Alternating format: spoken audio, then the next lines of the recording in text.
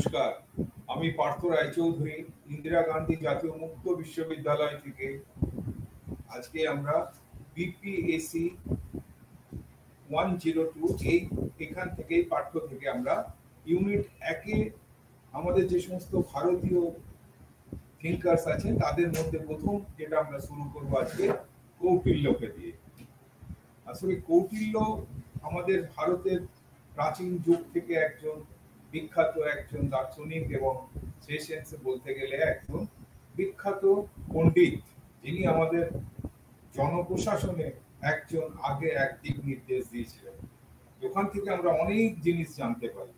আসলে প্রাচীন কালে থেকে এই কৌটিল্যের এই অর্থশাস্ত্র একটি বিরাট ব্যাপার, একটি বিরাট গ্রন্থ, যেটা আজ থেকে আমরা আবিষ্কার করেছিলাম 92 বছর আগে। যদিও এটি চতুর্থ বিসিতে এটা চতুর্থ বিসিতে এটা অন্ততপক্ষে তখন কৌটিল্য ছিল, সেই সময় তার অবস্থান ছিল। সেই সময় উনি চন্দ্রগুপ্ত মৌর্য শাসনকালে ওনার প্রধানমন্ত্রী ছিলেন। অনেকে বলে যে উনি তখন ওনাকে শাসনের প্রতিষ্ঠা করে উনি ওনার দায়িত্ব ছেড়ে দিয়েছিলেন এবং তখনই লেখালেখি করেছিলেন। তবে এই কৌটিল্যের এই অর্থশাস্ত্র সম্বন্ধে অনেক কিন্তু আগে অনেক আমরা সময়ে এবং আসল লেখককে এই নিয়ে অনেক আমরা কিন্তু অনেক সমালোচনা আছে, অনেকে অনেক রকম বলে। তবে আমাদের ভারতীয় যে সমস্ত এবং অনেক পশ্চিমী যারা আছে তারা কৌটিল্যের অর্থশাস্ত্রকে, কৌটিল্য লেখা এবং চতুর্থ শতকে তখনই যে লেখা হয়েছিল সেই সম্বন্ধে তারা সন্দিহান। বিশেষ করে আমরা যে সমস্ত লোকজনদের নাম আমরা বলবো, যারা ভিনসেন্ট স্মিথ, তারপরে জ্যাকোবি, থমাস মেয়ার, হকিন্স, এনারা হলেন তো পশ্চিমী পণ্ডিত। তাছাড়া সঙ্গে সঙ্গে আরো ছিলেন যে আর শাস্ত্রী, গণপতি শাস্ত্রী, জয়সওয়াল, এই সমস্ত পণ্ডিত প্রমুখরা ভারতীয় পণ্ডিত এরা ছিলেন। এরা খ্রিস্টপূর্ব চতুর্থ শতকে লেখা বলে কিন্তু ওনারা ওনাকে এটাকে দায়িত্ব দিয়েছিলেন। সে সম্বন্ধে চন্দ্রগুপ্ত মৌর্য, আসলে কৌটিল্য, কখনো ওনাকে বলা হতো বিষ্ণুগুপ্ত বা কখনো চাণক্য, এই হিসাবেই উনি তার পরিচিত ছিলেন সেই সময়। তবে কৌটিল্য তার অর্থশাস্ত্র পৃথিবী জোড়া নাম, বিখ্যাত এক ধর্মগ্রন্থ। সেই আমরা অনেক সময় এনাকে কি করি, অনেকে কৌটিল্যকে আমরা ভারতের মেকিয়াভেলি হিসাবে কিন্তু আমরা মান্য করি।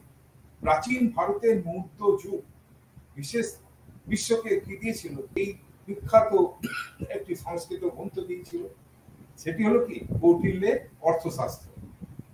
এটি রাজনৈতিক আর কি রাষ্ট্র পরিচালনায় বিশেষত ছিল এবং জনপ্রশাসনের বিভিন্ন নীতি, সরকারের মেশিনারি, অর্থনৈতিক নীতি, তারপরে সামরিক কৌশল, কর্মীদের গভীর অন্তর্দৃষ্টি সরবরাহ করেছিল। কৌটিল্যকে কি ভারতীয় ম্যাকিয়াভেলি আমি আগেই বললাম যে হিসাবে আমরা গণ্য করি, কারণ তার নির্মম আর চতুর যে সমস্ত কৌশল আর নীতিগুলি যুদ্ধ সহ রাষ্ট্রীয় নৈপুণ্যের দৃষ্টিভঙ্গি কিন্তু প্রতিফলিত করেছিল। অর্থশাস্ত্র আরো আমাদের পরামর্শ দিয়েছিল যে কেমন করে রাষ্ট্র বাড়াতে হবে, মানে সম্প্রসারণ করতে হবে, এবং ক্ষমতা কি করে রাষ্ট্রের বাড়াতে হবে, এবং রাষ্ট্র কি করে তার সম্পদ অর্জন করবে, এই সব নীতি কথা কিন্তু কৌটিল্যের অর্থশাস্ত্রতে উনি নিদর্শন দিয়ে গেছেন, উনি লেখাতে আমরা পাই।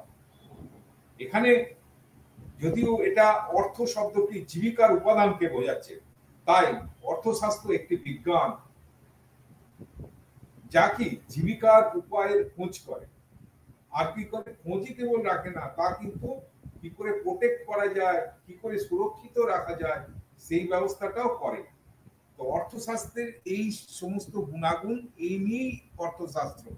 এটা আরো বলে যে এই সব কাজকর্ম কেমন ভাবে এগিয়ে নিয়ে যাওয়া যাবে। এখানে আমরা প্রথমেই বলেছি যে তিন বিফোর ক্রাইস্ট 350 থেকে 283 খ্রিস্টপূর্বে উনি তার জীবনকাল 350 খ্রিস্টাব্দে উনি জন্মেছিলেন, 283 খ্রিস্টপূর্বে উনি জন্মেছিলেন এবং 283 খ্রিস্টপূর্বে ওনার মৃত্যু। প্রথমে অধ্যাপনা করতেন কোথায়, তক্ষশিলা বিশ্ববিদ্যালয়ে, তখনকার দিনে সেই এক বিখ্যাত বিশ্ববিদ্যালয় বিভিন্ন দেশ থেকে, দেশের বিভিন্ন জন সেখানে পড়াশোনা করতে যেত, সেখানে তিনি অধ্যাপনা করতেন। পরে কি চন্দ্রগুপ্ত মৌর্যের প্রধানমন্ত্রী ছিলেন, মানে অশোকের দাদু।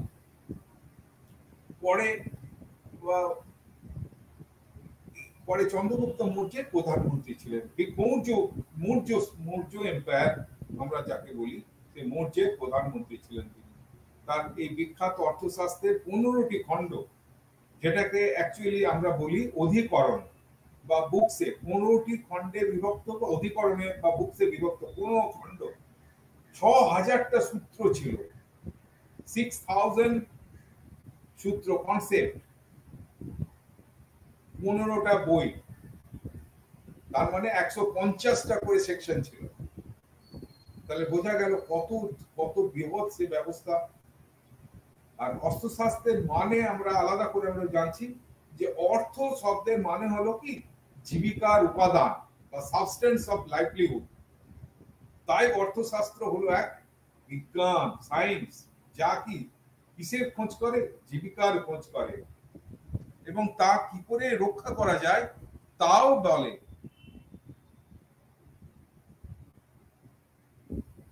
তাই আমরা ইংরেজিতে বলতে পারি, thus Arthashastra is a science which deals with the acquisition and protection of means of livelihood. এখানে জীবিকার উপাদান হতে পারে কি? আমাদের জীবিকার উপাদান বলতে আমরা যেগুলো বুঝি, আমাদের খাদ্য, আমাদের পরিধান, আমাদের বাসস্থান, এসবের সংস্থান করা। তাছাড়া কৌটিল্যের অর্থশাস্ত্র ছাড়াও সেই সময় আরো দুটি প্রধান গ্রন্থ ছিল, যেগুলো ছিল নীতিশাস্ত্র, চাণক্য নীতি, এই দুটি গ্রন্থ। আর কৌটিল্যের আমরা যেগুলো আমরা প্রভাবশালী তত্ত্ব বা কনসেপ্ট আমরা বলি, সেগুলো হবে কি, এক, রাজতন্ত্র হলো কি সরকারের সর্বোত্তম রূপ আর রাজারই নিরঙ্কুশ ক্ষমতা, অন্য কেউ সেখানে ক্ষমতার ভাগ বসাতে পারে না। সবচেয়ে ভালো এবং বড় রূপ হলো রাজতন্ত্র। রাষ্ট্রের আমরা জানি সেই সময় অনেক নগর রাষ্ট্র ছিল, সেই সময় আমাদের দেশে ছোট ছোট নগর রাষ্ট্র না বললেও অনেক রাজ্য ছিল। সেই রাজ্যে এখন মানে সেখানে রাজতন্ত্রই শেষ কথা। এই রাষ্ট্রের উপাদানের তার আরেকটা সেকেন্ড কনসেপ্টটা কি ছিল? রাষ্ট্রের উপাদানগুলির মধ্যে সপ্তাঙ্গ তত্ত্ব বিখ্যাত তত্ত্ব, সেই তার কৌটিল্যের অর্থশাস্ত্র থেকে আমরা পাই। তারপরে কি জনপ্রশাসনের মূল নীতিগুলো কিন্তু সেখানে ব্যাখ্যা করেছেন। তাহলে তিনটে জিনিস আমরা ছেকে নিতে পারি তার সেই মানে আমরা আজকে পড়ার বিষয়ের মধ্যে আমরা এই তিনটে জিনিসের প্রাধান্য দিয়ে আমরা আজকে পড়াশোনা করবো এখানে। তো অর্থশাস্ত্রতে যে পাওয়া কিছু বৈশিষ্ট্য অ্যাডমিনিস্ট্রেটিভ সিস্টেমকে নিয়ে, সেখানে কি কি সেই অ্যাডমিনিস্ট্রেটিভ সিস্টেম অর্থশাস্ত্র থেকে আমরা নির্যাস থেকে কি পেয়েছি? প্রথমে পেয়েছি আমরা কেন্দ্রীভূত এক ব্যবস্থা, যেটাকে আমরা বলছি সেন্ট্রালাইজ সিস্টেম। আর কি আমলাতান্ত্রিক ব্যুরোক্রেসি, পরে আমরা জেনেছি ব্যুরোক্রেসি কি, ওয়েবারের ব্যুরোক্রেসি সে আমরা জেনেছি, কিন্তু ব্যবস্থা তো আগেও ছিল। যেমন ভাবে ব্যুরোক্রেসি একটা সিস্টেম, সেটা থেকেই গেছে। সেই জিনিসটা আমাদের রাজার কর্মচারীদের মধ্যে তাদের সেই আমলাতন্ত্র ব্যবস্থা সেই সময় থেকে আমরা সেখানে কিছুটা জেনে আমরা আজ করতে পারি। সেই অর্থশাস্ত্রতে আমলাতান্ত্রিক তার কর্মচারী কর্ম ব্যবস্থার মধ্যে বিভিন্ন রাজার কর্মচারীদের মধ্যে সেই সমস্ত ব্যবস্থাপনা আমরা পেতে পারি। আর আরেকটি নীতি কি, কতগুলি নীতির উপর প্রতিষ্ঠা, সাম প্রিন্সিপালের উপর বেস্ট করে আমরা ওনার কাজ করছি। আর আর 4 নম্বরে কি বলছে, ওয়েলফেয়ার অ্যাডমিনিস্ট্রেশন। রাজার কাজ শাসন করা, সাথে সাথে ওয়েলফেয়ার অ্যাডমিনিস্ট্রেশন, বিভিন্ন প্রজাদের ওয়েলফেয়ার করা, এই কল্যাণকর প্রশাসনের ব্যাপারটা সেখানে অর্থশাস্ত্র থেকে তার অ্যাডমিনিস্ট্রেটিভ সিস্টেম থেকে আমরা পাই। এই কাজগুলো আমরা তার সেই অ্যাডমিনিস্ট্রেটিভ সিস্টেমের মধ্যেই নিবন্ধ করা আছে। সেন্ট্রালাইজ সিস্টেম, ব্যুরোক্রেসি, কতগুলো নীতির উপর প্রতিষ্ঠা, বিভিন্ন রকম তার কাজকর্ম। আর কি প্রশাসনের ব্যবস্থা হবে কল্যাণকর, ওয়েলফেয়ার অ্যাডমিনিস্ট্রেশন, এবং কি করে গুড অ্যাডমিনিস্ট্রেশন, ভালো প্রশাসন চালু রাখা যায়, যেটাকে অনেক সময় আমরা বলি গুড গভর্নেন্স, সেই জিনিসটাকেও আমরা চালু রাখার চেষ্টা করেছি। সেখান থেকে আমরা কিছু কাজ করতে পারি। সরকারি প্রশাসনের পরামর্শ প্রদানের ব্যবস্থা ছিল রাজার ক্ষেত্রে, কিন্তু সেক্ষেত্রে পরামর্শ বাধ্যতামূলক ছিল না। সরকারি প্রশাসনের ব্যাপারটা কি, কনসালটেটিভ সিস্টেম, লোকের কাছ থেকে পরামর্শ নিয়ে আমরা একটা সিদ্ধান্তে পৌঁছতাম। সেই সিদ্ধান্তের বেসিসে রাজা পরামর্শ প্রদান করতেন, কিন্তু রাজা যেটা ভাবতেন তিনি সেটাই করবেন। কোথায় ছিল না যে কনসালটেশন করে যে সিস্টেমটা দাঁড় করানো গেল, যে সিদ্ধান্তটা নেওয়ার ব্যবস্থা হলো সেটাই রাজা সিদ্ধান্ত নেবেন, সেটা না। তিনি শুনে নেন সব জিনিস, আসল যেটা ভালো বুঝবেন উনি সেখান থেকেই সেটা ভালোটা বুঝে নিয়ে 1-2 দিন করে যে সিদ্ধান্তটা সব থেকে ভালো সেটাই উনি করবেন। এই সিস্টেমটাকে বলা আছে কনসালটেটিভ সিস্টেম, মানে পরামর্শ প্রদানের ব্যবস্থা ছিল। এটাও আমরা প্রথম থেকে বলতে পারি।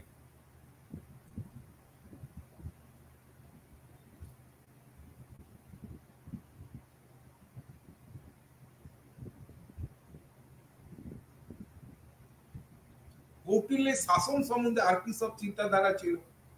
কৌটিল্য থটস অন গভর্নেন্স সম্বন্ধে কি? কৌটিল্য অনুসারে কি সুশাসন, মানে আমরা গভর্নেন্সের ব্যাপারটা আমরা পাচ্ছি, সুশাসনের ব্যাপার।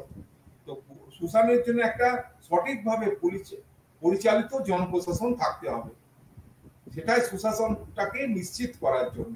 আর শাসকের উচিত তার জনগণের সাথে তার নিজস্ব পছন্দ অপছন্দ ভুলে যাওয়া, জনগণের স্বার্থে তার নিজস্ব পছন্দ আর অপছন্দ গুলো ভুলে যাওয়া। আর সরকারি কর্মীদের হতে হবে কি দায়িত্ব জ্ঞান সম্পন্ন আর জনগণের প্রতি সহানুভূতিশীল।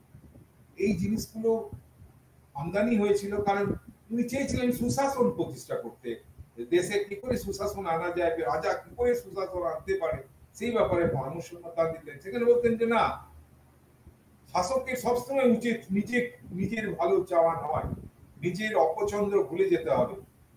আর কি সরকারি কর্মীদের সবসময় দায়িত্ব জ্ঞান সম্পন্ন হতে হবে আর জনগণের প্রতি সবসময় সহানুভূতিশীল হতে হবে। আরো বলে যে তিনি আরো আমরা জানি যে কৌটিল্যর ওখানে উচ্চারিত আছে যে প্রজাদের সুখে রাজার সুখ, তাদের কল্যাণে তারই সুখ নিহিত, ওদের ভালোতে তারই রাজারই বা ওয়েলফেয়ার স্টেটের এই যে গুণাগুণ, এই যে গুণ, এটা প্রজাদের সুখে রাজার সুখ, তাদের কল্যাণে তারই সুখ নিহিত। কৌটিল্য ব্যক্ত করেছিলেন যে প্রশাসনিক অনুশীলনে প্রশাসনিক যে অ্যাডমিনিস্ট্রেটিভ যে সমস্ত প্র্যাকটিস করতে গেলে অভিন্নতা যেন বজায় থাকে, মানে এক জিনিস এক ধরনেরই ব্যবস্থা যেন আমরা সবার ক্ষেত্রে নিই, এবং কি মন্ত্রী এবং কর্মকর্তাদের কাছে উপযুক্ত হতে হবে, কর্মকর্তারা তারা উপযুক্ত হবে, পটু হতে হবে এই সমস্ত প্রশাসনিক প্র্যাকটিস দেওয়ার জন্য। সুশাসনের জন্য রাজা সহ সকল প্রশাসককে জনগণের সেবক মনে করা হতো সেই সময়। সুশাসনের জন্য রাজাও যেমন জনগণের সেবক, এবং আর যে সমস্ত প্রশাসকরা থাকবেন সবাইকে জনগণের যে সেবা করছে সেবক সেই রকমই মনে করা হতো। তাদের প্রদত্ত পরিষেবার জন্য কি অর্থ প্রদান করা হতো, মানে তাদের পরিষেবার জন্য টাকা দেওয়া হতো, তার মানে পরিষেবাটা দেওয়ার জন্য, কিন্তু কোনো কিছু মালিকানার জন্য না, এটা তুমি নিয়ে না তা না, পরিষেবার জন্য তাকে পয়সা প্রদান করতো, তাতে রেমুনারেশন দেওয়া হতো। দুর্নীতি সম্পর্কে কি চিন্তা ভাবনা উনি করেছিলেন, এটা একটা বড় জিনিস। দুর্নীতি সম্পর্কে আজ বলে নয়, বহুদিন আগে থেকে তখনও রাজাদের মধ্যে তখন একটা চিন্তার ব্যাপার ছিল। সরকারি প্রশাসনে দুর্নীতির ব্যবস্থাটা তখনই ছিল, এবং সেটা কি করে যে সেটাকে লাঘব করা যায়, হাঁটানো যায়, তার ব্যাপারে কৌটিল্য একটা সুচিন্তিত মতামত দিয়েছিল। তার মতামত কি তত্ত্বের চেয়ে অনুশীলনের উপরে জোর দেয়। ভাই প্র্যাকটিস, তুমি করাপশন ফ্রি প্র্যাকটিস করো রাদার দ্যান থিওরি। মুখে তত্ত্ব নিয়েই আমার কিছু হবে না, তোমরা অনুশীলন করো কি করে দুর্নীতি আমরা দুর্নীতি কি করে আমরা দূর করতে পারি, তার উপরে বলছে নিজে প্র্যাকটিস করো। থিওরি দিয়ে কিছু হবে না, তুমি বলে গেলে লোককে তাতে তত্ত্ব দিলে কিচ্ছু হবে না, তুমি নিজে প্র্যাকটিস করো। কৌটিল্যের মতে দুর্নীতি এড়ানো কঠিন, মেনেই নিচ্ছে দুর্নীতি একদম শেষ করে দেওয়া কিন্তু কঠিন, এটা একরকম অসম্ভব।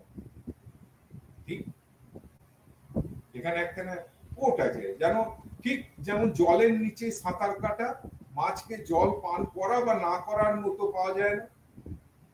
মাছ যখন সাঁতার কাটছে ওকে ভেতরে বুকের ভেতরে তো কিছু না কিছু নিয়ে ফেলে।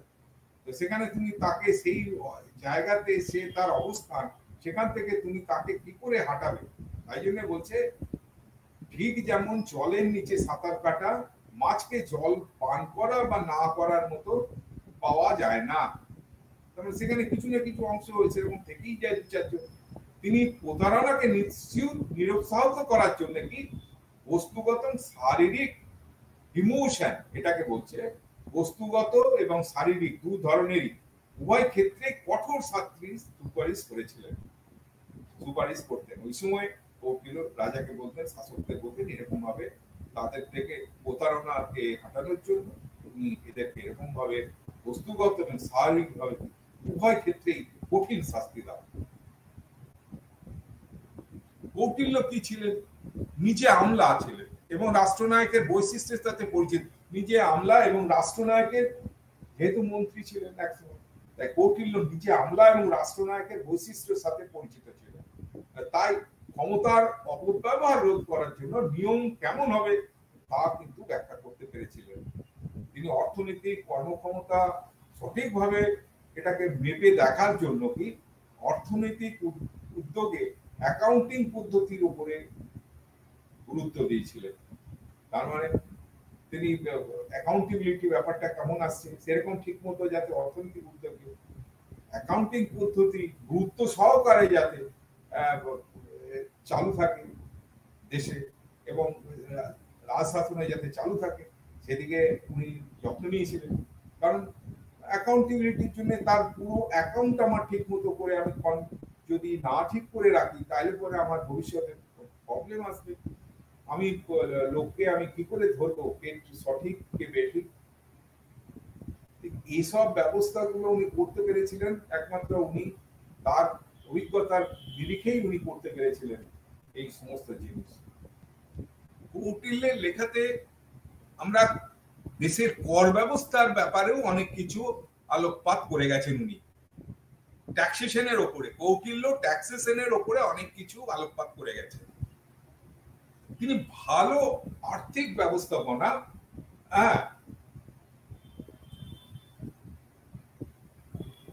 এবং অর্থনীতির সমস্ত ক্ষেত্রগুলিতে কি করে বিকাশ হয় তার উপায়ে মনোনিবেশ করেছিলেন আর্থিক ব্যবস্থাপনা এবং অর্থনীতির ক্ষেত্রে।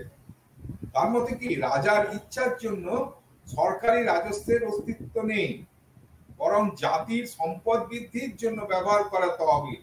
যে তহবিলের কথা বলে উনি, ওইখানে আমার যাতে তহবিল সেরকম ভাবে তৈরি হয় সেটা কি জন্য? রাজার ইচ্ছার জন্য। এটা নয় রাজার ইচ্ছার জন্যই যে তহবিল, রাজা নিজের খুশির জন্য সে তহবিল নয়, তার জন্য সরকারি রাজস্বের কোনো অস্তিত্ব নেই, বরং সেগুলো কি জাতির সম্পদ বৃদ্ধি করা, কি সেটা জাতির ক্ষেত্রেই ব্যবহার করার জন্য, জাতির ডেভেলপমেন্টের জন্যই ব্যবহার করার জন্য সেই তহবিল। তো সেক্ষেত্রে কর সেরকম ভাবে তিনি যাতে উৎস হিসাবে কর ব্যবস্থাকে রাজস্বের একটা প্রধান উৎস হিসাবে উনি স্বীকার করে নিয়েছিলেন। হ্যাঁ, তিনি সেদিকে করই যে তার তহবিল বাড়াবে সেটা উনি ধরেই নিয়েছিলেন। তিনি সেরকম, তবে এই নয় যে কর ব্যবস্থাকে অধিক পরিমাণে যে কর আদায় করে আমার তহবিল বাড়াবো সেদিকে উনি কখনো বলেন। তিনি বলছেন যে না, অধিক পরিমাণ কর আমাদের কখনোই উচিত করা ঠিক হবে না, কখনো আদায় করা ঠিক হবে না। কৌটিল্য বলেছেন যে রাজাকে কি করে, এখানেও একটি আমরা বলছি যে রাজাকে মৌমাছির মতো কর সংগ্রহ করতে হবে, যেমন একটি একটি একটি একটি করে সেরকম কম কম কম কম করে একসাথে বেশি নিয়ে আসায় কর টিকিয়ে রাখতে গেলে আমার কর ব্যবস্থাটাই ভেঙে পড়বে। যাতে টিকিয়ে রাখতে পারি কর ব্যবস্থা, এটা ধ্বংস করার জন্য খুব বেশি কিন্তু নয়। তাই উনি কি সুন্দর ভাবে বলেছেন যে রাজাকে মৌমাছির মতো কর সংগ্রহ করতে হবে, যেমন টিকিয়ে রাখার জন্য যথেষ্ট কিন্তু ধ্বংস করার জন্য খুব বেশি নয়।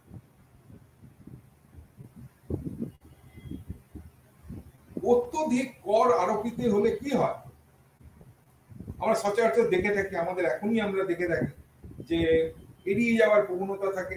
যখন ট্যাক্স যখন দেখি যে অনেক বেশি হয়ে গেছে, ট্যাক্সের ব্যাপারটা অনেক আছে, তখন সবাই চেষ্টা করে যে কি করে এড়িয়ে যাওয়া যায়, তখনই কর ফাঁকি দেওয়ার প্রবণতা বাড়ে।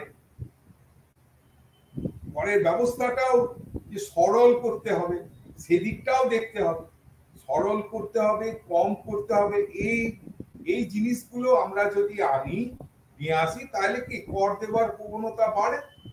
তো সেক্ষেত্রে আমাদের আজ বলে নয়, উনি কবে উনি লিখে গেছেন ওনার অর্থশাস্ত্র, সেখানে কর ব্যবস্থার এই মৌলিক কথাগুলি কিন্তু তখনই উনি বলে গেছেন যে বেশি কর আরোপিত হলে এড়িয়ে যাওয়ার প্রবণতা থাকে। তাই সরল ব্যবস্থা আমার খুব দরকার। দেশের পক্ষে সরল কর ব্যবস্থা সবসময় রক্ষা করে যাওয়া উচিত। তো আয়কর ব্যবস্থার পরামর্শ কি? করের ক্ষেত্রে আমরা ন্যায্য কর দিতে হবে, ন্যায্য যেটা হবে। আর কি করের ক্ষেত্রে কাঠামোর স্থিতিশীলতা থাকবে, এই নয় আমার আজ একরকম আগামী বছর একরকম, এরকম নয়। যেন কাঠামোর একটা যে স্ট্রাকচারটা যেন বরাবর থাকে, ইউনিফর্মিটি থাকে, স্থিতিশীলতা থাকে। হঠাৎ করে বদলে ফেলা হলো এক বছর প্রতি হিমশিকাল, এটা ঠিক নয়। করের ক্ষেত্রে কাঠামোর স্থিতিশীলতা যেন থাকে বরাবর, তাইলে তোমার কর আদায়ের সুবিধা হবে।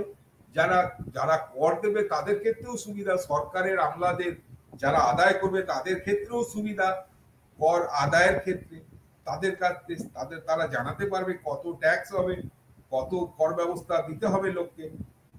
যদি বছরে বছরে চেঞ্জ হয়, কারো পক্ষে সেটা ট্র্যাক রাখা ঠিক হবে না। তবে কি রাজস্ব ফিসকাল ফেডারেলিজম, মৈত্রীতন্ত্র, যেটাকে আমরা বলছি রাজস্ব মৈত্রীতন্ত্র, ইংরেজিতে যেটাকে আমরা বলি ফিসকাল ফেডারেলিজম, অত্যধিক কর আরোপ এড়িয়ে যাওয়ার প্রবণতা, এই সবগুলো আয়কর ব্যবস্থার পরামর্শ দিয়ে গেছেন আমাদের কৌটিল্য।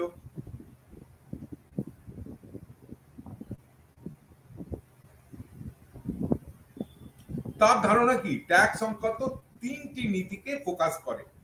কর আরোপের ক্ষমতা সরকারের সীমিত এবং সীমাবদ্ধ, তাই না? সরকার ইচ্ছা করলে যে খুব ট্যাক্স নিয়ে ওনার তহবিল বাড়িয়ে ফেলবে, সেটা তো ঠিক নয়, সেটা কখনোই পারবে না।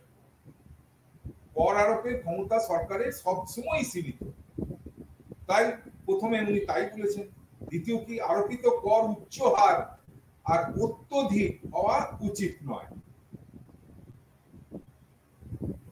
3 নম্বর, আর ট্যাক্স বা কর বৃদ্ধি যুক্তিসঙ্গত হওয়া উচিত। এই নয়, তিনি বলেছেন যে সমর্থন করছেন যে ব্যক্তিদের তাদের পরিশোধ ক্ষমতা অনুযায়ী উচ্চ কর প্রদান করা উচিত। যেসব ব্যক্তিরা পারবে তাদের উচ্চ কর যে উচ্চ লেভেলের হাই লেভেলের যে ট্যাক্সের স্ল্যাব, সেই হিসাবে তাদের দেওয়া উচিত। তাহলে মোটামুটি আমরা জানতে পারছি যে ট্যাক্স সংক্রান্ত যে নীতিগুলি আছে, প্রথম কর আরোপের ক্ষমতা সরকার এমনিতেই সীমাবদ্ধ, বেশি কিছু করতে পারবে না। একটু হেরফেরই যায়, নিজেদের যেটুকু ক্ষমতা তার মধ্যেই হেরফের করে। তো আরোপিত কর উচ্চ হার অত্যধিক হওয়া উচিত নয়। আর ট্যাক্স বা কর যদি আমরা বৃদ্ধি করি, তা কেন বৃদ্ধি যুক্তিসঙ্গত আমাদের হতে হবে।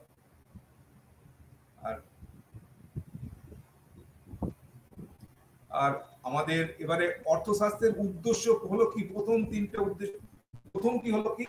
পালন, রাষ্ট্রের প্রশাসন বা পরিচালনা। অবজেক্টিভ হচ্ছে আমার উদ্দেশ্য হচ্ছে কি অর্থশাস্ত্রের আমার পালন। এবং দ্বিতীয়টি হচ্ছে লাভ, অ্যাকুইজিশন অফ টেরিটরি, অঞ্চল অধিগ্রহণ। আমার রাষ্ট্রকে বিস্তার করতে হবে, সেটা হচ্ছে আমাকে অঞ্চল বিস্তারের জন্য আমাকে চেষ্টা করতে হবে, সেটাকে বলছে লাভ। তাহলে অবজেক্টিভ হলো প্রথমে পালন, রাষ্ট্রকে কি করে পরিচালনা করব, আমার অঞ্চলের লোকেদের আমি কি করে শাসন ব্যবস্থা পরিচালনা করে তাদের ভালো রাখবো, তাদের কল্যাণ করব, সেটা হচ্ছে পালন। আর লাভ হচ্ছে অ্যাকুইজিশন অফ টেরিটরি, আমি আমার অঞ্চলটাকে বিস্তার করার একটা প্রবণতা আমার বরাবর থাকে, যে রাষ্ট্রের বিস্তারের ব্যাপারটাও অবজেক্টিভ হিসাবে আমরা অর্থশাস্ত্রে পেয়েছি।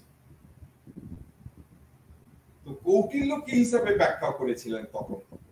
তিনি ব্যাখ্যা করেছিলেন কি অর্থশাস্ত্র পৃথিবীর বহুদিন ধরে চলে আসা সমস্যাগুলি সমাধান করতে ব্যস্ত।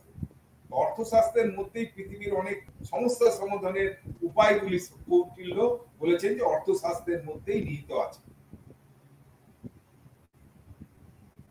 আর রাষ্ট্রের কি করে উৎপত্তি বা কৌটিল্য কি করে বলেছেন রাষ্ট্রের উৎপত্তির তত্ত্ব, এক্ষেত্রে আমরা কৌটিল্যের অর্থশাস্ত্র কি মহাভারতের ভাষ্য যেমন শান্তি পর্বে রাজধর্ম লক্ষ্য করা যায়।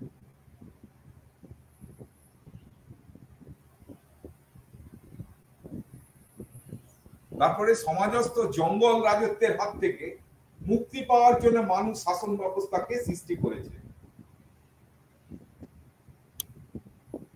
এগুলো আমরা ওনার কাছ থেকেই জানতে পারি। আজকে যে রাষ্ট্রের উৎপত্তি, যে কন্ট্রাক্ট থিওরি এসবগুলো আসছে, কতদিন আগে আমাদের কৌটিল্যের অর্থশাস্ত্র থেকে আমরা পাই। আমাদের মহাভারতের ভাষ্যতেও যেমন শান্তি পর্বে রাজধর্ম লক্ষ্য করা গেছে, রাজধর্ম সম্বন্ধে আমরা বলেছি। আর কেন হয়েছে, কেমন মানুষ শাসন ব্যবস্থা সৃষ্টি করেছে, সমাজের মধ্যে যে জঙ্গল রাজত্ব তৈরি হয় তার হাত থেকে মুক্তি পাওয়ার জন্য আমরা মানুষ শাসন ব্যবস্থা সৃষ্টি করেছিল। কেন শাসন ব্যবস্থা সৃষ্টি হয়েছিল সেখানেও বলে দিয়েছেন কৌটিল্য যে সমাজস্থ জঙ্গল রাজত্বের হাত থেকে মুক্তি পাওয়ার জন্য মানুষ শাসন ব্যবস্থা সৃষ্টি করেছে। রাজা যখন প্রজার কাছ থেকে কর পাচ্ছেন তখন তার অন্যতম দায়িত্ব থেকে যাবে। প্রথম দায়িত্ব কি হলো, জনগণকে নিরাপত্তা দিতে হবে, তাদের প্রোটেকশন দিতে হবে, তাদের দেশে শান্তি শৃঙ্খলা বজায় রাখতে হবে, আর কি ব্যাপকভাবে জনকল্যাণ করা। জনকল্যাণ আমাদের করতে হবে, তাদের সুখ সুবিধা, তাদের ধ্যান, তাদের অসুবিধা এসবগুলো বিভিন্ন কারণ বুঝে চলতে হবে এবং তাদের সেই উপশম করার ব্যবস্থা করতে হবে। কারণ কি আগেই আমরা বলেছি, প্রজার সুখেই রাজার সুখ। এবং ৩, অন্যায় অপরাধকে দমন করে অপরাধীকে শারীরিক ও আর্থিক শাস্তি প্রদান করা। এগুলো হলে রাষ্ট্রের উৎপত্তি এবং রাজার ধর্ম, এগুলো বলছেন উনি। তো অর্থশাস্ত্রে রাজা যে সর্বময় কর্তৃত্ব ও ক্ষমতার অধিকারী হলেও সে ভাবে সুশাসনের নিরিখে রাজাকে প্রজা কল্যাণকারী হিসাবে ব্যক্ত করা হয়েছে। মানে অর্থশাস্ত্রে রাজা যে সর্বময় কর্তা এবং ক্ষমতার অধিকারী, কিন্তু তাকে সুশাসনের নিরিখে তাকে কিন্তু প্রজা কল্যাণকারী হিসাবে বলা হয়েছে। এবং তা একাধারে কি, একাধারে আজকের গুড গভর্নেন্সের ধারণাকে তুলে ধরে। অন্যদিকে কি সমকালীন রাজনীতির চর্চা জগতে এই ধরনের বৌদ্ধিক চর্চা নিদর্শন সেইভাবে পাশ্চাত্যেও দেখা যায় না। তার মানে গুড গভর্নেন্সের যে চিন্তাধারা তখন ছিল সেই জিনিসটি কিন্তু পরেও কিন্তু আমরা অন্যান্য জায়গা থেকে পাই না, পাশ্চাত্য থেকেও পাই না।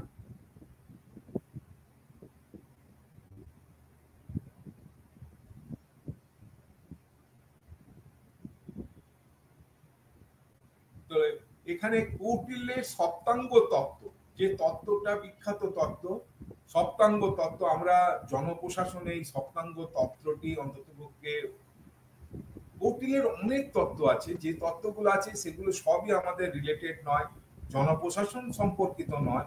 তো যেগুলি জনপ্রশাসন সম্পর্কিত সেগুলো আমরা কিন্তু আলোচনা করছি। এর মধ্যে যতগুলো আমরা আলোচনা করছি তা কিন্তু জনপ্রশাসনের ভেতরে যে তত্ত্বগুলি উনি দিয়ে গেছেন সেগুলোকেই আমরা আলোচনা করছি। এখানে কৌটিল্যের সপ্তাঙ্গ তত্ত্ব আমরা আলোচনা করছি এখন। তো এখানে রাষ্ট্রের 7টি অঙ্গ, সপ্তাঙ্গ তত্ত্ব কি রাষ্ট্রের 7টি অঙ্গ। তো প্রতিটি অঙ্গর আমরা আলাদা আলাদা আমরা নাম দিয়েছি। প্রথম অঙ্গটা কি, সপ্তাঙ্গ তত্ত্বের প্রথম অঙ্গ স্বামী বা রুলার। এখানে খুব রুলার, RULER, রুলার, স্বামী বা রুলার। শাসকের হচ্ছে কি এক্ষেত্রে ব্যাপক ক্ষমতা। তাদের কাজ হলো অ্যাপয়েন্টমেন্ট করা বা নিয়োগ করা, যুদ্ধে অংশগ্রহণ করা, ন্যায় বিচার, আর কি জাস্টিস, আর কি প্রশাসন, এই সবগুলো আমরা পাচ্ছি। তো জনগণ আর কি জনগণের ও তাদের সম্পত্তি রক্ষা করাই হলো শাসকের কি প্রধান কাজ, কর্তব্য। তার মানে কি রক্ষণ করা এবং পালন করা, ঠিক আছে, সিকিউরিটি এবং তাদেরকে কি করে আমরা পালন করছি সেটা স্বামীর প্রধান কাজ। সমিন বা মিনিস্টার বা রুলার যাকে আমরা বলছি। সেকেন্ড হচ্ছে কি অমর্ত্য বা যাদেরকে আমরা বলছি মন্ত্রী, আমর্ত্য বা অমর্ত্য বা মন্ত্রী। প্রধানমন্ত্রী ও প্রধান পুরোহিত এরাই হলো এদের মধ্যে গুরুত্বপূর্ণ মন্ত্রী বা রাজার মধ্যে। ওক্ষেত্রে কিন্তু প্রধান পুরোহিতকেও মন্ত্রী হিসাবে আমরা ধরি, প্রধানমন্ত্রীও সেখানে আমরা ধরি। তার মানে অমর্ত্য মন্ত্রীর মধ্যে এরা প্রধানমন্ত্রী আর প্রধান পুরোহিত এরা গুরুত্বপূর্ণ মন্ত্রী রাজার পরিষদে। আরো অনেক রাজার পরিষদে আছে, কিন্তু তার মধ্যে আমরা এনাদেরকে আমরা গুরুত্বপূর্ণ মন্ত্রী হিসাবে ধরি। এরাই হলো আবার কি আভ্যন্তরীণ মন্ত্রিসভা, যেটাকে বলছি আমরা ইনার ক্যাবিনেট। কারণ এদের নিয়ে রাজা পরামর্শ করে কাজকর্মগুলো করেন, তো এনাদের গুরুত্ব খুব। তারপরে কি আসছে আমার জনপদ, যেটাকে আমরা বলছি কি জনপদ বা এলাকা, আমার এলাকা। জনপদ মানে হচ্ছে আমার টেরিটরি। তো আমার টেরিটরি কেমন হবে সেটাও একটা কিন্তু মানে আলাদা করে আমরা বলে নিতে পারি। এই এলাকাটা আমাকে, যেহেতু আমার এই জনপদে আমি বসতি, আমার সব থেকে ভালো হতে হবে। ভালো মানে কি প্রাকৃতিক সম্পদ এখানে সব থেকে ভালো থাকবে। প্রাকৃতিক সম্পদের মধ্যে কি থাকবে, জমি যা হবে সেগুলো কি ফলনশীল হবে, সেখানে চাষবাস ভালো হবে, আমার ইরিগেশনের ব্যাপারটা থাকবে, আমার যেহেতু আমার পুরো জনগণের খাদ্য উৎপাদন হবে, সেই ব্যাপারটাই আমার টেরিটরি মানে যাতে থাকে সর্বোত্তম হয় সে ব্যাপারে আমি যত্ন নেব। ভালো জায়গাগুলি আমার যাতে থাকে। আর কি প্রতিবেশী মানে শুধু কি আমার ওই আমার জঙ্গল থাকবে, আমার খনি থাকবে, আমার বিভিন্ন রকম সম্পদ আমার তৈরি থাকবে, প্রাকৃতিক সম্পদে ভরপুর থাকবে, সেই রকম আমার জনপদ এলাকা ভর্তি থাকবে। আর আমার প্রতিবেশী গুলো কেমন হবে, প্রতিবেশী রাষ্ট্রগুলো, যে সমস্ত রাজ্যগুলো আমার রাজ্য, বিদেশি রাজ্য যেগুলো, সেগুলো কেমন হবে, তাদেরকে খুব বেশি কিন্তু শক্তিশালী হতে দেওয়া যাবে না। কারণ আমি যদি চুপচাপ থাকি কখন ওরা শক্তিশালী হয়ে পড়বে এবং আমাকে আক্রমণ করে বসবে। তাই সবসময় আমাদের নজরে থাকা উচিত তারা যেন খুব বেশি শক্তিশালী না হয়। এগুলো পরামর্শ ছিল কার, আমাদের কৌটিল্যের পরামর্শ। জনপদ, সপ্তম থিওরি জনপদ বা টেরিটরি, এতে উনি এইরকম ভাবে ব্যাখ্যা করেছেন ওনার টেরিটরি বা জনপদ বা এলাকাটা। তাহলে প্রথমে সামিন গেল, তারপরে অমর্ত্য হলো, তারপরে জনপদ হলো, তারপরে আমরা দুর্গ বা ফর্টিফাইড ক্যাপিটাল বা দুর্গ যেটাকে বলছি।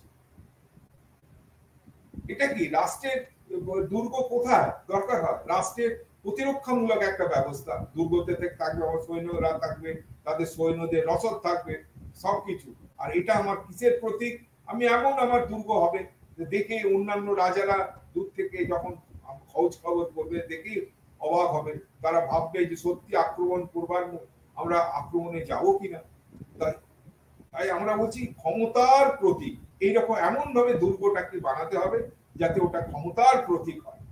এটি সম্পূর্ণভাবে সুরক্ষিত করা আবশ্যক। ঠিকই, যখন খুশি তাহলে বাইরে থেকে আক্রমণ আসবে, তাতে কি আমার এই দুর্গের মধ্যে আমার কি সম্পূর্ণরূপে সুরক্ষিত তো করবই, সাথে সাথে কি সৈন্যদের সম্পূর্ণ আপত্তি, যেগুলো খানা আপত্তি যেগুলো আছে, খাবার দাবার সমস্ত কিছু, আর্মস এন্ড অ্যামুনিশন, এই সমস্ত সাফিসিয়েন্ট যাতে মজুদ থাকে সেরকম ভাবে ব্যবস্থা করতে হবে। অনেক দিনকার রসদ যেন আমার থাকতে পারে, অনেক দিনকার আর্মস এন্ড অ্যামুনিশন যেন আমরা রাখতে পারি, এই সব ব্যবস্থা যেন আমাদের দুর্গতে থাকে। ফর্টিফাইড ক্যাপিটাল মানে ক্যাপিটাল এই জন্য বলছি। তাহলে প্রতিরক্ষামূলক ও আক্রমণাত্মক ক্ষমতার প্রতীক হচ্ছে আমার দুর্গ। আমরা এটা সুরক্ষিত থাকবে, সাথে সাথে সৈন্যদের সম্পূর্ণ আপত্তি মজুদ থাকা আবশ্যক। এখানে দুর্গটাকে আমরা বলেছি চার ধরনের দুর্গ সচরাচর আমরা দেখা যায়। কৌটিল্য চার ধরনের দুর্গের কথা বলেছেন বিভিন্ন জায়গায় তার অবস্থানের উপর ভিত্তি করে। যেমন প্রথম অডিক। অডিকটা কি, যে দুর্গ জল দ্বারা ঘেরা থাকে। আমরা দেখেছি অনেক জায়গায় রাজারা থাকতো যার চারপাশে কি জল দ্বারা ঘেরা বা বেষ্টিত থাকতো, মানে সচরাচর সোজা চলে আসতে পারবে না, সে জল পেরিয়ে আসতে গিয়ে সময় লাগবে, তাতে কিছু ব্যবস্থা করতে হবে। তাই চারপাশে জল দ্বারা ঘেরা থাকতো। সেসব জল পেরিয়ে আক্রমণ করা সেই রাজাকে, সেই রাজার দুর্গকে কষ্টকর ছিল।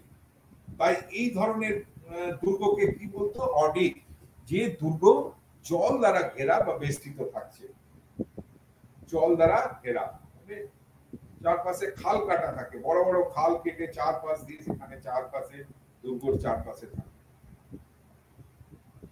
পর্বত, এরা কি বড় বড় যে লোক মানে হিলস আছে, আমাদের পর্বত আছে, যে পর্বতের মাঝখানে অবস্থিত থাকে দুর্গটা। তো সেক্ষেত্রে দুর্গ আমরা বলছি সেখানে পর্বত, দুর্গর ধরনটাকে বলছি আমরা পর্বত।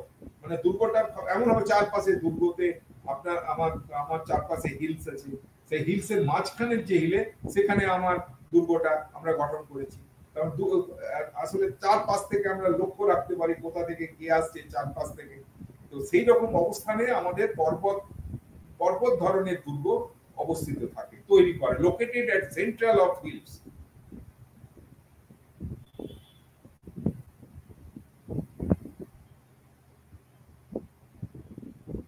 Located at central of hills. এবারে আসছে কি? ঘনবন, ঘনবন। এখানে কথাটার মধ্যেই আছে যে দুর্গ মরুভূমিতে অবস্থিত, ধন মানে একদম মরুভূমির ভেতরে, which lies in the desert। এখানে মরুভূমি, অডিক, পর্বত, ঘনবন। এবারে চতুর্থ নম্বরে কি? বনদুর্গা। বনদুর্গা, এখানে দুর্গটা কোনখানে তৈরি করা হয়? জঙ্গলের মধ্যে, situated in the forest. In the forest, ফরেস্টের জঙ্গলের মাঝখানে, এমন ভাবে ফর্টিফাইড সেটা যে জঙ্গলটা চারদিকে জঙ্গলে বেষ্টিত, দূর থেকে দেখা মুশকিল হয় অনেক সময় দুর্গ, রাজারা গুলিয়ে যাবে। অন্য দেশের রাজারা আক্রমণ করবার সময় আগে দুর্গ যে কোথায় আছে বুঝতে পারবে না। তবে এইগুলো কি আড়াল করার জন্য, কখনো জল দিয়ে ঘিরে রাখছে আসতে যাতে না পারে। দুর্গ কখন পর্বতের মাঝখানে থাকে, বুঝতে পারবে না, চারদিকে বড় বড় পর্বতের মাঝখানে, কেউ বাইরে থেকে বুঝতে পারবে না। ধনবন দুর্গ মরুভূমির মধ্যে, শুধু বালি, তার মাঝখানে কোথায় দুর্গ তৈরি করে রাখা আছে বুঝতে পারছো না, সেখান থেকে আক্রমণ যেতে পারে। তারপরে জঙ্গলের মধ্যে আছে, চারদিকে জঙ্গল আছে, কেউ বুঝতে পারবে না, আমার শত্রুরা বুঝতে পারবে না। তো এরকম ভাবে উনি পরামর্শ দিয়েছিলেন কেমন ভাবে দুর্গ তৈরি করতে হবে রাজাকে, তার সৈন্য সামন্ত রাখার জন্য, তার মজুত রাখার জন্য, এই সবগুলো। তাহলে এই হলো তার দুর্গর ব্যাপারটা বলা হলো, জনপদ, দুর্গা। এবারে আসছে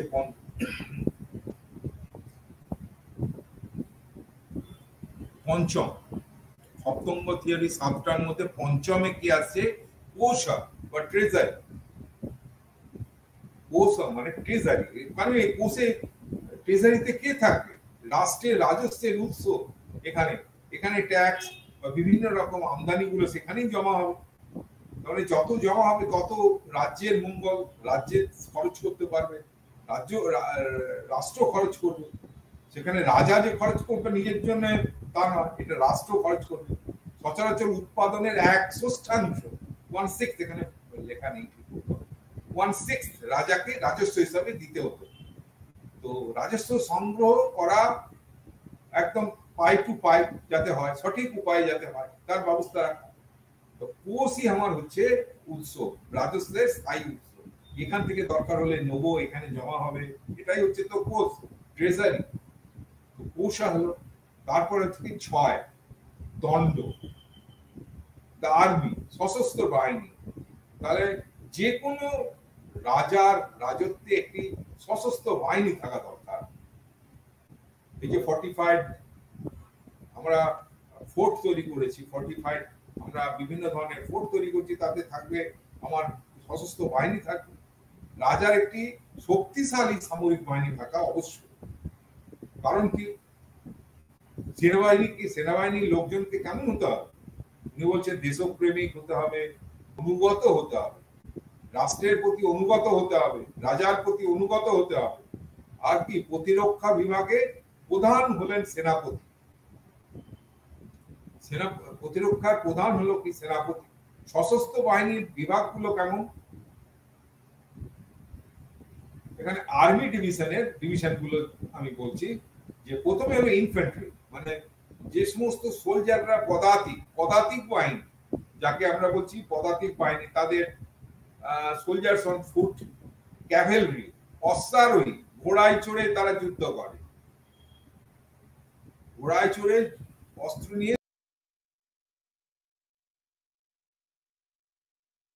বাহিনী, একে বলছি আমরা চ্যারিয়েটস, এলিফ্যান্ট, ঐরাবত বাহিনী, এরাও ছিল।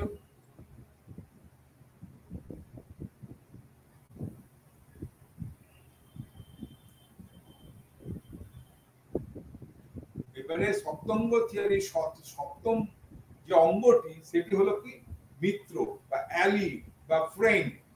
এটা খুব ইন্টারেস্টিং। যেমন কি এদেরকে কেন দরকার হতো অ্যালি বা বন্ধু মিত্র, এরা প্রয়োজনের সময় খুব জরুরি, তারা মূল্যবান। হ্যাঁ, মিত্ররা অন্য রাষ্ট্র, অ্যাকচুয়ালি এরা কি অন্য রাষ্ট্র, তাদেরকে আমাদের বন্ধুত্ব করা দরকার এবং যুদ্ধ শান্তির সময় এদেরকে দরকার, এদের সাথে চুক্তি করে এদের সাথে কাজ করি। তো এক্ষেত্রে মিত্র সবসময় থাকবে, আমরা চেষ্টা করব সবসময় আমার যার কাছ থেকে ছিনিয়ে নেবো তাই নয়, আমরা মিত্র থাকবে আর মিত্রদের আমাদের সাহায্য করবে যুদ্ধের সময়। আমি অন্য কারোর সাথে যখন যুদ্ধ করব সেরকম ভাবে আমাদের পছন্দ করে নিতে হবে মিত্রদের, বা এর ফরেন পলিসি এরকম ভাবেই ওনার যুদ্ধের যে পলিসি তাতে এরকম ভাবেই উনি আছে। তো এখানে মিত্রর খুব প্রয়োজন শাসকের কাছে। ফরেন পলিসি কি বলছে, কৌটিল্যের বিদেশ নীতি কি বলছে? কৌটিল্যের বিদেশ নীতির প্রধান বিচার্য ছিল কি,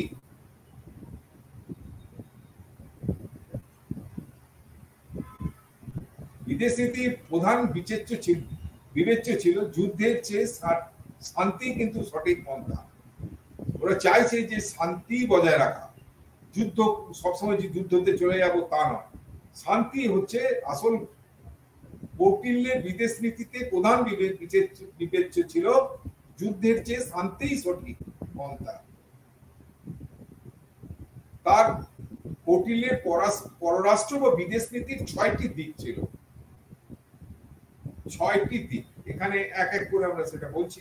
ফরেন পলিসিতে সন্ধি, making piece, the policy of সন্ধি, মেকিং পিস, এটি এমন একটি নিয়মের উপর ভিত্তি করে তৈরি যে একটি রাষ্ট্র যখন আরো শক্তিশালী রাষ্ট্রের মুখোমুখি হয় তখন তাকে অবশ্যই একটি শান্তিপূর্ণ সহাবস্থানের চুক্তির আলোচনা চালিয়ে যেতে হবে।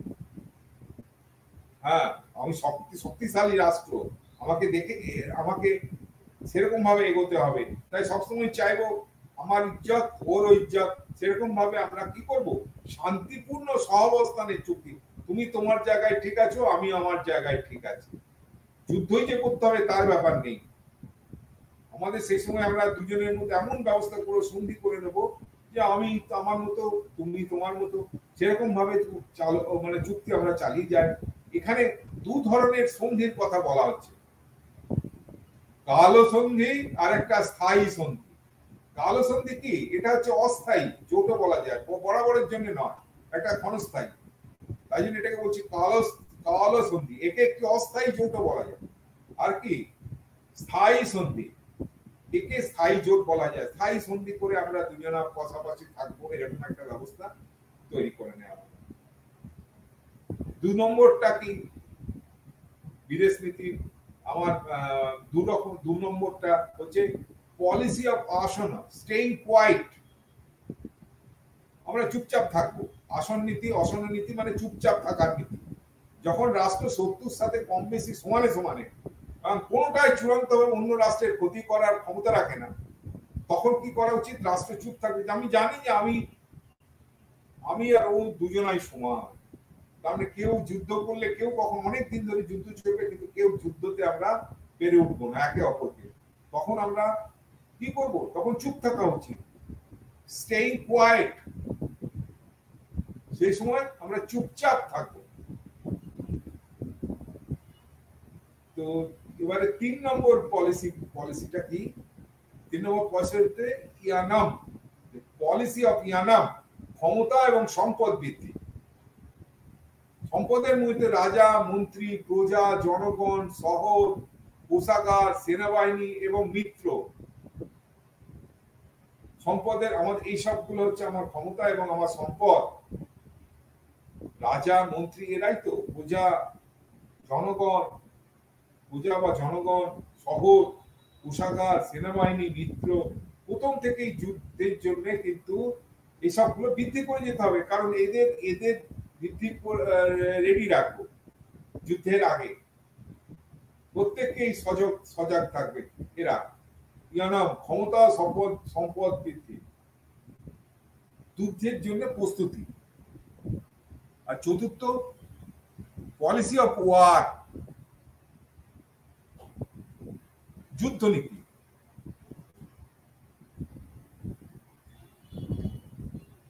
রাষ্ট্রের সম্পদ যখন শত্রুর সম্পদের চেয়ে বেশি আর কি হয়, শক্তিশালী হয়, তখন রাষ্ট্র যুদ্ধ যেতে পারে। এইটা একটা মেইন ব্যাপার। যখন আমরা রাষ্ট্রের আমার সম্পদটা যখন শত্রুর সম্পদের চেয়ে বেশি আর শক্তিশালী, তখন কিন্তু আমরা ভেবে নিই যে না, আমাদের এই সময়টিতে আমাদের যুদ্ধে যেতে হবে। আমরা আঁচ করে নিই আমরা শক্তিশালী, আমাদের সম্পদ বেশি, হ্যাঁ, তাই জন্য আমার এইসব সম্পদ, কিসব সম্পদ, এই জনগণ, কোষাগার, সেনাবাহিনী, এই সব কিছু আমার বেশি, আমার যার সাথে আমি যুদ্ধে যেতে চাই। যখন মনে হবে যে আমাদের দেশ সব থেকে আমরা শক্তিশালী এবং সবচেয়ে সম্পদে বেশি, তখন আমরা সেই সময়টিতে আমরা যুদ্ধে এগোতে পারি। সমরাশ্রয় কি? একটা আশ্রয় চাওয়া। কার কাছ থেকে? শক্তিশালী রাষ্ট্র থেকে অনেক সময় দরকার পড়ে যে একটা বড় রাষ্ট্রের সাথে, বড় রাষ্ট্রকে আমরা বলবো যে যুদ্ধের সময় হচ্ছে আমাকে দেখো, তুমি আমাকে অস্ত্র শস্ত্র দাও, বিভিন্ন শক্তি দাও, বিভিন্ন রসদ দাও। সে অনেক সময় হয়তো সমরাশ্রয় কথাটা বলছে, সমরের সময় আশ্রয় দাও। বড় রাষ্ট্রকে আমরা বলি যে আমাদের ব্যবস্থা করো। এটা কৌটিল্যের নীতিতে আসছে। এখানে যখন একটি শত্রু দ্বারা হুমকি বা আক্রমণ করা হয়, তখনই এই সমরাশ্রয় চাওয়া হয়। আর একটা হচ্ছে কি, দ্বৈত নীতি, ডুয়াল পলিসি। তো দেখেন বিভিন্ন রাষ্ট্রের সময় কি ওটা কখনো কারোর সাথে শান্তি, কারোর সাথে যুদ্ধ, একসাথে বিভিন্ন রাষ্ট্রের সাথে এক সময় এর সাথে শান্তি করে নিলাম, ঠিক আছে, চুপচাপ থাকলাম, শান্তি করে নিলাম, কিন্তু যুদ্ধ করবো অন্য সাথে, তাকেও আমার সাথে জড়িয়ে নিলাম। এই হচ্ছে দ্বৈত নীতি, ডুয়াল পলিসি। যুদ্ধের সময় এই ধরনের বিভিন্ন রাষ্ট্র একই সময়ে এটি একটি সাহায্য নেওয়ার প্রচেষ্টা শান্তি অবলম্বন করে এক রাষ্ট্রের সঙ্গে, সাথে সাথে কি অন্য রাষ্ট্রের সাথে যুদ্ধে অংশগ্রহণ করা, জড়িয়ে ফেলা।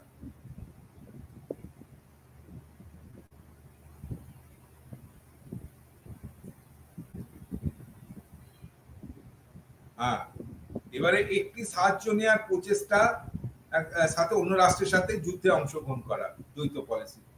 Policy of paying salary to public servant, সরকারি কর্মচারীদের বেতন প্রদানের নীতি এখানে কেমন থাকবে?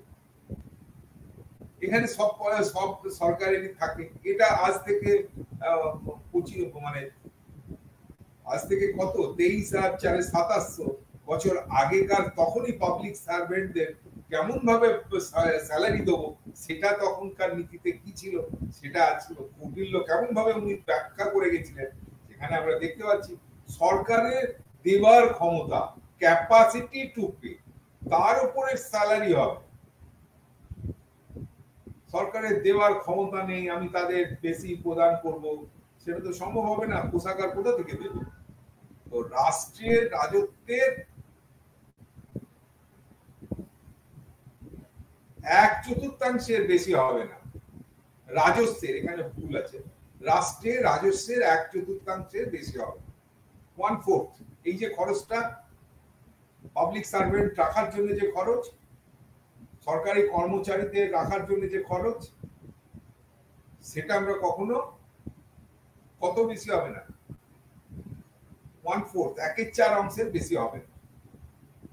আর বেতন তো দিতে হবে, কিন্তু কর্মীদের চাহিদা মেটাতে কিন্তু পর্যাপ্ত হতে হবে। এই যে ওদের মিনিমাম যেটুকু নিড সেগুলো তো পূরণ করতে হবে। তাই বেতন কর্মীদের চাহিদা মেটাতে পর্যাপ্ত হওয়া উচিত। সঠিক আবার কি মেরিট, সঠিক মেরিট যাদের আছে সঠিক লোকেদের আমি নির্বাচন করব এবং বেতনের ব্যবস্থা করব। সবাইকে না, সঠিক লোকেদের এবং সঠিক মেধাওয়ালা লোকেদের, সঠিক মেরিটওয়ালা লোকেদের আমি নির্বাচন করে তাদের সঠিক বেতন দিয়ে রাখবো। সঠিক মেধার লোকেদের তাদের কর্মীদের তাদের চাহিদা মিটিয়ে যাতে আমরা সঠিক বেতন দিতে পারি সেই রকম ব্যবস্থা থাকবে সেই রাজার কাছে, রাজার প্রশাসনে।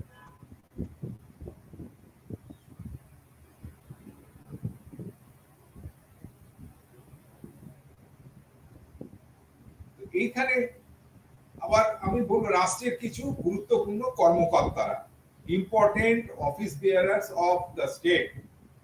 এখানে কি মন্ত্রী, মন্ত্রী বা উপদেষ্টা, মন্ত্রী এরা আমরা বলছি এই মন্ত্রী বলে তাদের, মন্ত্রী বা উপদেষ্টা তাদেরকে বলছি। পুরোহিত, রাজার আমলে পুরোহিত একটা মন্ত্রীর সমতুল্য ছিল, তাদেরও গণ্যমান্য, তারা মন্ত্রী পরামর্শ নিত। মন্ত্রী পরিষদে পুরোহিত ছিল, ইনার ক্যাবিনেটের মেম্বার ছিল পুরোহিত, প্রধান পুরোহিত সচরাচর। দৌভারিকা এরা কারা? প্রাসাদে যারা পরিচারক আছে তাদের যে হেড, দৌভারিকা বলছি আমি, প্রাসাদের পরিচালকদের যে হেড তাকে আমরা বলছি দৌভারিকা। আর রাজার প্রহরীদের যে প্রধান আছে তাদেরকে আমরা বলছি যে অন্তর ভামসিকা। রাজার প্রহরীদের প্রধান হচ্ছে, রাজার প্রহরীদের প্রধানকে বলছি অন্তর ভামসিকা। আর প্রস্তর ম্যাজিস্ট্রেট বা বিচারপতি, প্রস্তর বা ম্যাজিস্ট্রেট বা বিচারপতি তাকে বলছি আমরা প্রস্তর ম্যাজিস্ট্রেট। সমহর্তা, সমহর্তা কাকে বলছি? চিফ ট্রেজারার বা প্রধান কোষাধ্যক্ষ। পৌর, শহরের প্রধান যে চিফ অফ টাউন তাকে বলছি পৌর। বাঁদিকে সব ইংরেজি কথা বলে দেয়া আছে, এটা উচ্চারণটা এরকম ভাবেই করে নিতে হবে, তাহলে বুঝতে পারবে। কারণ পৌর, চিফ অফ টাউন, শহরের প্রধান, প্রদেশতা, কমিশনার। নায়ক, নায়ককে বলছি কি আমরা? টাউন গার্ড, শহর প্রহরী। তারপরে কর্মন্ত, কর্মন্ত সুপারিনটেন্ডেন্ট অফ মাইন্স, খনির যে প্রধান তাকে আমরা বলছি কর্মন্ত, সুপারিনটেন্ডেন্ট অফ মাইন্স। আর অতিবাহিকা, অতিবাহিকা ভাহিকা তাকে বলছি ফরেস্টের প্রধান। অতিবাহিকা হলো ফরেস্ট, মানে জঙ্গলে, জঙ্গল রক্ষার জন্য যে আমরা অফিসার রেখেছি তার হেডকে আমরা বলছি অতিবাহিকা। যুবরাজা তো প্রিন্স, এটা তো ঠিকই আছে। আর দণ্ডপালা সেনার কর্মকর্তা, সেনার, সোনার না, সেনার কর্মকর্তা।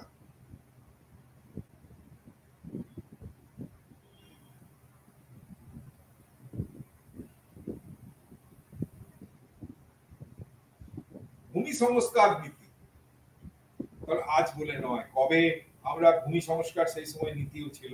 কৌটিল্য সেই সময় ভূমি সংস্কার নীতিও দিয়ে গেছিলেন। এখানে কি বলা আছে যে যারা চাষ করবে না তাদের কাছ থেকে জমি বাজেয়াপ্ত করে নিতে হবে, তাদের কাছ থেকে জমিটা নিয়ে নিতে হবে। তারা অন্য কাউকে দালালি দেবে সেরকম ব্যবস্থা রাখা ওই সময় ছিল না। যারা চাষ করবে তাদেরই জমি থাকবে, যারা চাষ করবে না তাদের কাছ থেকে জমি নিয়ে ফেলতে হবে, অন্য কাউকে যারা চাষ করবে তাদের দেবে। রাজা কৃষকদের এমন ভাবে ব্যবস্থা গ্রহণ করবে যাতে এমন ভাবে রেন্ট তাদের কাছ থেকে নেবে এবং অনেককে আবার মুকুবও করবে। তো এই সব দু কাজ করে টরেও তার কিন্তু কোষাগার কিন্তু ফুল বেড়ে উঠে যায় এবং হ্রাস যাতে কমে যাতে না যায়। রাজায় বললো না নেবো না, হ্রাস হয়ে যাবে, তাতে কি হবে, তাতে রাজ্যের তহবিল কমে যাবে। তাই এমন ভাবে উনি ব্যবস্থার কথা বলেছিলেন যাতে করে রাজা যেন কারো কাছে অনুগ্রহ দেখাবেন, ক্ষমা করবেন, এমন ভাবে করবেন, তাদের কর কাঠামো এমন, তাদের কাছ থেকে এমন ভাবে চাষের ফসলের শেয়ার নেবে ওঠে এবং হ্রাস এড়ানো সম্ভব হয়। অধিক দান ছত্র করলে পরে দেশের ক্ষতি। আমরা সেরকম ভাবে আমরা ব্যবসায়িক আমাদের যে রাষ্ট্র চালানোর যে খরচা সেটা উঠবে না।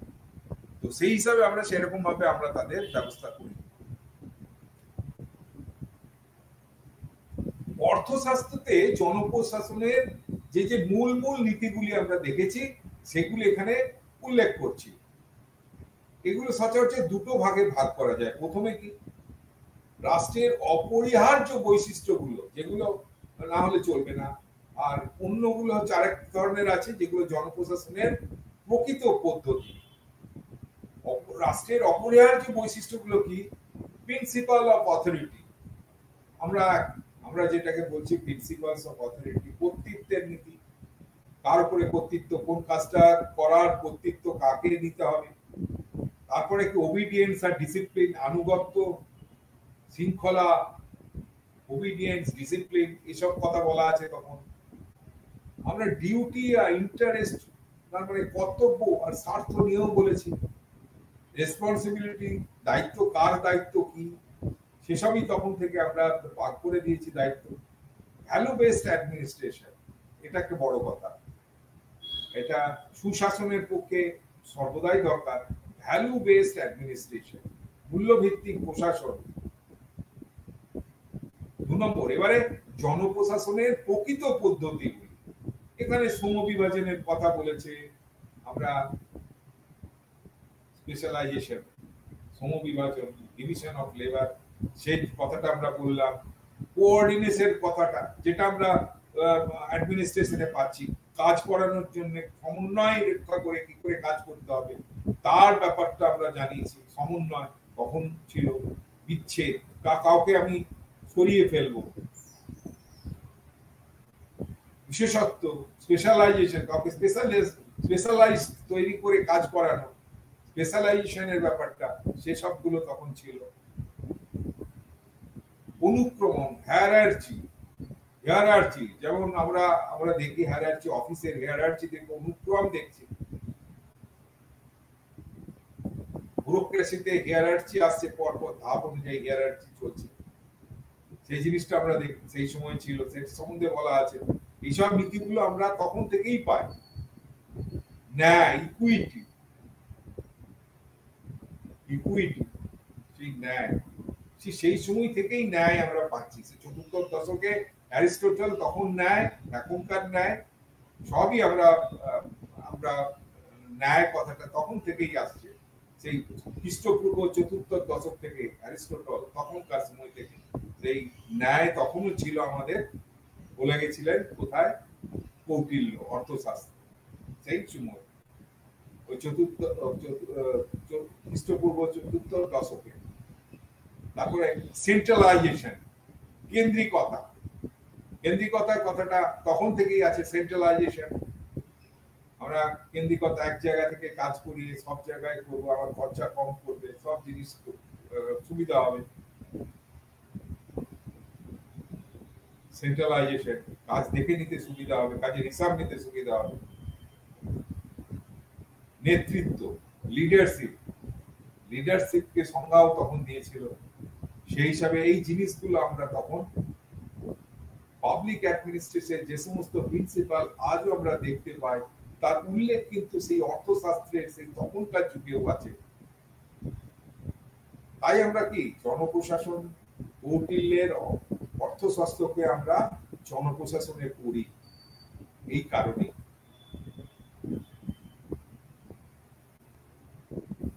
অর্থশাস্ত্র আমাদের কি শিক্ষা? বর্তমান কালে জনপ্রশাসনের অনেক বৈশিষ্ট্য আমরা তখনকার লেখা থেকে খুঁজে পাই। এটা ছিল কি সেন্ট্রালাইজ সিস্টেম, আমলাতন্ত্রের প্রাধান্য, এটি জনপ্রশাসনের বিভিন্ন নীতি দ্বারা চালিত হতো। পরে পরবর্তী সময়কার চিন্তাবিদরা কিছুটা সময়োপযোগী করে নিয়েছিলেন। তার মানে কি আগে চালু ছিল, এখনকার যে চিন্তাবিদরা সেটা সময়ের সাথে সাথে ওনারা চালিয়ে নিচ্ছেন। ওনার সময়ের পরে যে সমস্ত রাজারা ছিলেন তারাও কিন্তু সেরকম ভাবে এটাকে তাদের মতো করে তৈরি করে নিয়েছিলেন। এটি কি কল্যাণকারী প্রশাসনের অংশ বিশেষ ছিল। ওয়েলফেয়ার অ্যাডমিনিস্ট্রেশনের একটা মেইন পার্ট। এটি পরোপকারী কর্তৃত্ববাদী ব্যবস্থার উদাহরণ হিসেবে অভিহিত করা যেতে পারে। এটি একটি উত্তম প্রশাসনের প্রয়োজনীয়তা সম্পর্কে আমাদের কিন্তু জানিয়ে দেয়। পরামর্শমূলক প্রশাসন সম্পর্কে অবহিত করে। কনসালটেটিভ মেকানিজম, রাজা তবে বাধ্য ছিলেন না, আগেও বলেছি, তবে একটি যুক্তিযুক্ত সিদ্ধান্ত গ্রহণে সবাই আগ্রহী ছিলেন। তাছাড়া কৌটিল্য মূল্যবোধ আর আচরণের গুরুত্ব কল্পনা করেছিলেন। তিনি সাংগঠনিক কাজে নিয়মিত ব্যক্তিদের মূল্যবোধ, দৃষ্টিভঙ্গি, যোগ্যতা এইসব গুণাবলীকে গুরুত্ব দিয়েছিলেন এবং সেগুলির সমাবেশে কি একটি দক্ষ, কর্মকর, জনকেন্দ্রিক ব্যবস্থার জন্য কল্পনা করেছিলেন। তাহলে সারাংশ আসছে কি আমাদের এই আলোচনা থেকে আমাদের মধ্যে এই কৌতূহল হওয়া স্বাভাবিক যে কৌটিল্যের পুস্তকের অর্থশাস্ত্র এই নামকরণের সার্থকতা কোথায়। কারণ পুস্তকটির মূল্য আলোচ্য বিষয় রাজনীতি ও জনপ্রশাসন, অর্থ কিন্তু কোথাও আসছে না। আমাদের মনে রাখতে হবে যে আধুনিক অর্থনীতি শাস্ত্রের আলোচ্য বিষয় হিসেবে অর্থ শব্দটি কিন্তু ব্যবহৃত হয়নি। দণ্ডনীতি বা রাজনীতি এই অর্থে শব্দটি ব্যবহার হয়েছে।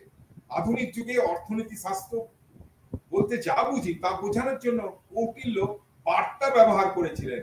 পণ্ডিত ভান্ডারকারের মতে খ্রিস্টীয় ৪র্থ শতাব্দী পর থেকে অর্থনীতি অর্থে শব্দটি কিন্তু লোপ পেয়েছিল। কৌটিল্য তার অর্থশাস্ত্রের শুরুতেই বৃহস্পতির নাম উল্লেখ করেছেন। তিনি ভারতবর্ষের প্রথম অর্থশাস্ত্রের প্রণেতা বৃহস্পতি রাজনীতি ও জনপ্রশাসনের অর্থেই অর্থ শব্দটি ব্যবহার করেছেন, যার চূড়ান্ত পরিণতি ঘটেছে কৌটিল্যের অর্থশাস্ত্রে। পুস্তকটির শেষ অধিকরণে তার নিজের ভাষার প্রেক্ষাপটে ব্যাপারটা বোঝা যায়। মনুষ্যযুক্ত ভূমির নাম অর্থ হয়। যে শাস্ত্র সেই পৃথিবীর লাভ ও পালনের উপায় নিরূপণ করে তার নাম অর্থশাস্ত্র। এখানে লাভ বলতে সমাজে যাবতীয় আচার ব্যবস্থা, সাধারণ ব্যক্তি, সর্বোপরি ধর্ম ও রাজার লাভের কথাই বলা হয়েছে। কারণ অর্থশাস্ত্রে আলোচ্য বিষয়বস্তু তাই। এই সমগ্র লাভটিকে যথার্থ লাভের পর্যায়ে উন্নীত করার জন্য কিন্তু পালন প্রক্রিয়ার প্রয়োজন, যা বস্তুত জনপ্রশাসন ছাড়া আর কিছু নয়। পালন কথাটা জনপ্রশাসন ছাড়া আর কিছু নয়। নমস্কার।